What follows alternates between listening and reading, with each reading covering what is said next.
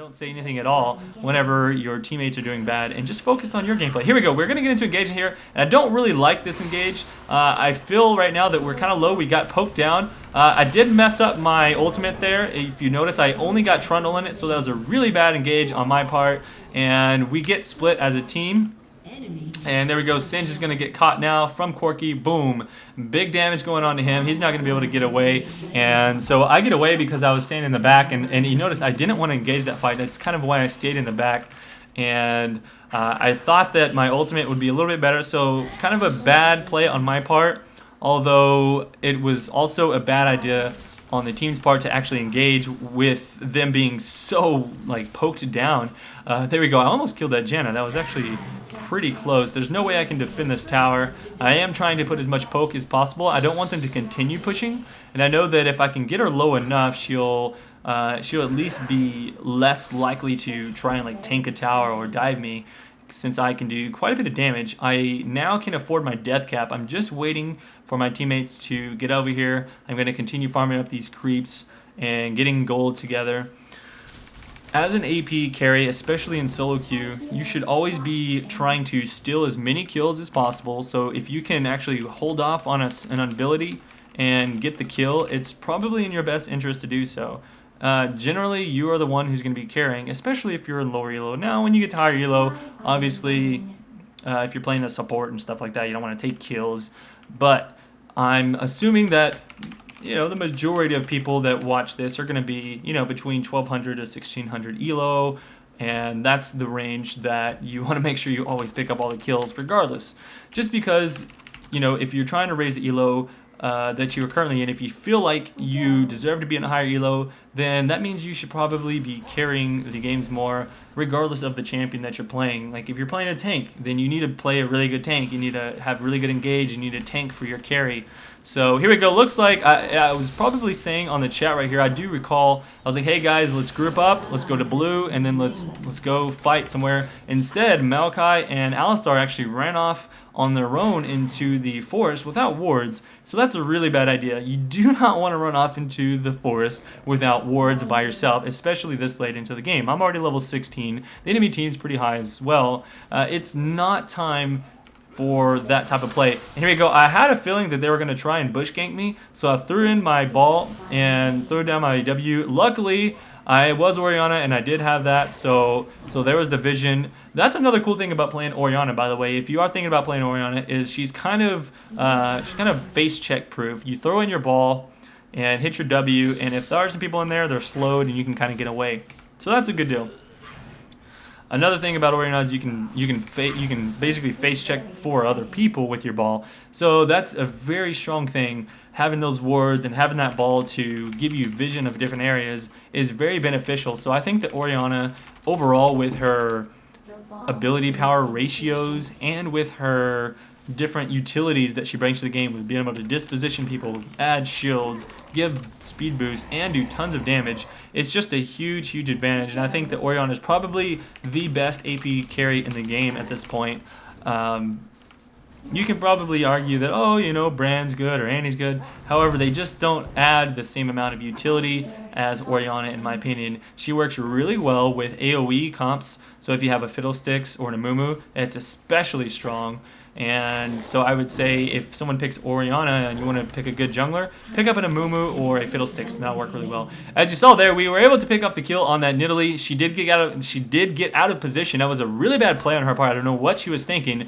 If I was on her team, I'd be a little bit annoyed. I'd be like, hey, stay together, guys. At this point in the game, you've got to stay together, especially in lower elo. I don't know. I mean, people tend to break off so much in lower elo, and I don't understand it. It's so mind-boggling. But if you can get your team to group up around you and push a tower, you're probably always going to win your fights, just because for some reason beyond me, people just tend to always go off by themselves. So you're always going to be in like a 5v4 situation, or you can always pick up some person who's by themselves. And look, there we go. There's another example. This Janna comes in behind all 3 or 4 of us, gets picked off, and that's such a huge advantage to us. right now, if you've been reading the chat, you'll notice that my team's still complaining about this Nocturne. I'm like, guys, just stop fighting and stick together. We're gonna win this game. It's an easy win because I can tell that we're ahead. Even though we're behind in kills, we are so far ahead. Even though it's only like, you know, you can say it's only 2 towers, Colby Cheese. Well, it doesn't matter. I can tell by our team comp right now how strong we are. Like, Singed is really unkillable, and even though Nocturne's doing bad, as long as he doesn't do anything too crazy in a team fight, he's going to run in there and do a lot of damage. That's just what Nocturne does.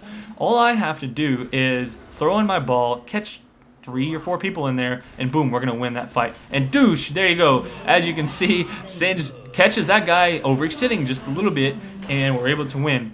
This is my point in this game. You don't want to write off a game until the game's over. I mean, it's not over until the fat lady sings, as they say. And this is a really good example of it because everyone's bad in every single game. It's like even you're bad. I mean, you're in the elo you're in, you must be bad too. The only difference of who's gonna win, who's gonna lose is who makes the most mistakes, okay? So if you make more mistakes than the enemy team, then they're gonna win. But if you can get them to make more mistakes, then you're gonna win. The trick is to minimize those mistakes by getting your team to just group up. I mean, that's the easiest way. You can't really tell people how to play inside the game. All you can tell them is, hey, let's go here and let's go there. And you can put wards down. Those are kind of the 2 things you can do to affect the way your teammates play. They're still going to do stupid stuff. They're still going to run off by themselves. They're still going to face check bushes. But the more you minimize the chance of them making mistakes by putting wards in those bushes, by destroying the wards, by having oracles. By the way, I picked up an oracles here because I didn't think anyone else had it. Apparently Mayokai had it, but that's okay. I was like, well, I haven't died in a while, so I'm just going to try my best to not die. There we go. I always check that bush. The cool thing about Orianna is you can stand right here below this, and you can throw out that ball, and you'll be able to check that bush. And I found that kitty cat sitting around. So there we go. There's another trick. I put on my E on Singed and gave him the speed buff so he can run around and toss some people. He got Corky. He's not able to do a lot of damage to him, unfortunately, just because, I mean, he's got Janna's shield. We're kind of in a bad position, but I think we're going to win this fight now. I like how everyone's grouping up. Boom! I hit Janna and Vladimir. That's 2 perfect people to hit in my ultimate. It looks like the Trundle is trying to push me out, but I'm not worried about it. I've got my shield, and I can speed boost pretty soon. He actually gave up the fight onto me for some reason, and since he went after me instead of someone else, we were able to easily mop up that fight. Since I was able to pick up Vladimir and that Janna so that she could not support her team properly, it was such an easy win for us at that point. Right now, I don't think there's any chance of the enemy team winning. However, it does seem like, I mean, they could potentially catch us in a bad spot and do something bad. Here we go. Look at that Toronto. He keeps making the same mistake. He'll run in. He is pretty tanky, but the unfortunate thing is that when you go in 1v4, you're not really, no matter how tanky you are, it's not like you're going to do anything useful. So if you're that Trundle and you're running in 1v4, it's not helpful to your team. So I don't know. I mean, that's just my advice. Don't run in 1v4. Look at the minimap and watch out where is your team, okay? I see this all the time in solo queue. I'll see people say, oh, hey, why weren't you guys with me? Y'all were right there. Why didn't y'all help? And, like, for instance, you'll be on the left side of Dragon, and this person will be on the right side of Dragon, and you're kind of engaging and kiting the enemy team, and then they just come up behind and die instantly, and they're like, why didn't you help me? That is going in 1v4 or 1v5. I don't care what you say, just because your team's on the other side, you have to be with your team. You can't come on the other side, especially as like an AD carry. Now, here's a big, huge mistake that my team made. I knew that the enemy team was going to counter Baron after we pushed those towers. This is basic League of Legends knowledge. After you push towers and you stay in a little too long, especially if you're low health and the enemy team knows that you're going to have to get out of there, then they're going to go to Baron, especially this late into the game. It's just, I mean, it's common knowledge. That's why I ran to Baron, and if you looked in the chat, I was saying, hey guys, come on, let's get there. We did try to get there, so we got a couple of kills, but it's not looking good. The Nocturne already jumped in and died, and they are doing quite a bit of damage to us. Their Corky's still up, and dude, there goes our Maokai. I'm trying to shield him so he can get out of there, but this Trundle's doing a lot of damage. Here comes the kitty cat, and I don't have my cooldowns up, so I'm not able to take her out, unfortunately. So I'm going to go ahead and run out of there. I don't want to die this Trundle. My goal is to stay alive right here as much as possible. So I've got a little bit of mana, not much. I know that I can kill this Nidalee. Unfortunately, I think I ran out of mana, so I was only able to do my Q. I couldn't finish up with my W, so I die. However, I do get the kill from the tower, so that's at least good there. Unfortunately, I lost my oracles. Not that big of a deal. They've already picked up Baron, so I don't need to worry as much about it. But let me just recap on what happened there. Right after you see this guy die. Okay, here's an. Oh, okay, let me go over this first. See how the Sin stayed in versus these guys? There's no way you can defend your tower against those two. They are way stronger than you, and you're not gonna kill them. So that's extremely bad. And same thing with his Nocturne. He runs in thinking, "Oh, look at the Vladimir. He's really low health." What do you think Vladimir's gonna do? Yes, he's gonna pull on you, and then you're gonna get killed. There's no way that tower is going to be able to help you out in that situation. You don't run in 1v2, 1v3, or whatever the case is. You let the tower go. You made the mistake, or your team made the mistake. You lost the fight. Let the tower go. Don't make it worse, because now we have to wait on Singed, and now we have to wait on Nocturne.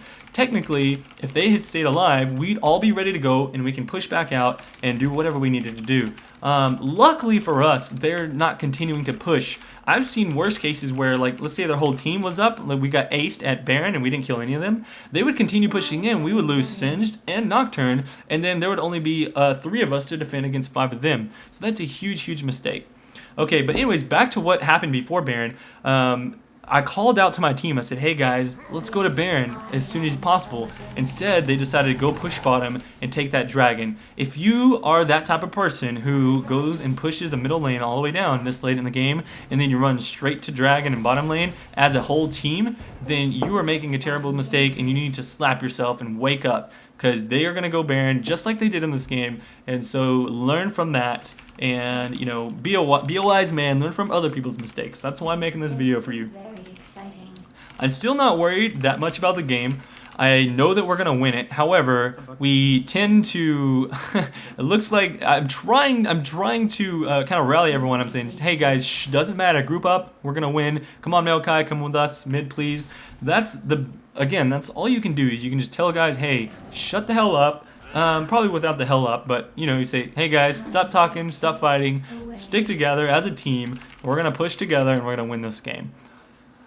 Alright, so here we go. We are pretty much grouped. Maokai's a little bit off, but he'll be in there in no time. So my goal is to speed up whoever's going to initiate, which is probably going to be that Singed, and then we're going to fight and we're going to win. We have a much stronger, tankier team, and I know that, boom, there we go. I put the E onto my Singed since it's a longer range than my Q and it's faster, and bam, hit my ultimate. I got about 3 people in it.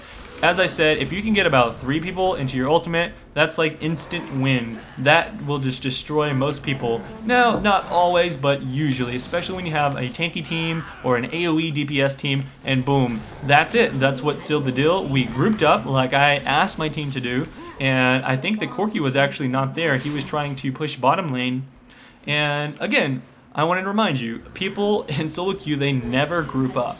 And that's the problem, is you have to just tell your team, "Hey, group up." Boom. There we go. Got me another kill onto this Nidalee. Looking pretty bad for this team. And there you go. The for some reason, the Trundle decides to run in again, 1v5, and he dies. That's what happens when you run in 1v5. You're going to die.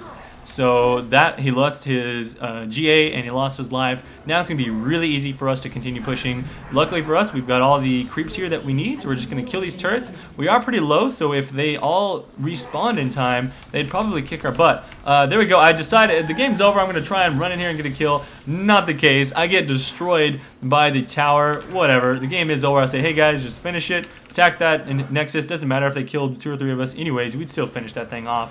So anyhow, guys, I hope you enjoyed the game and the commentary of Orianna, and I look forward to making a guide in the future. If you enjoyed this style of commentary, please let me know by pushing that thumbs up button. I'll see you guys around for the next one. Colby Cheese.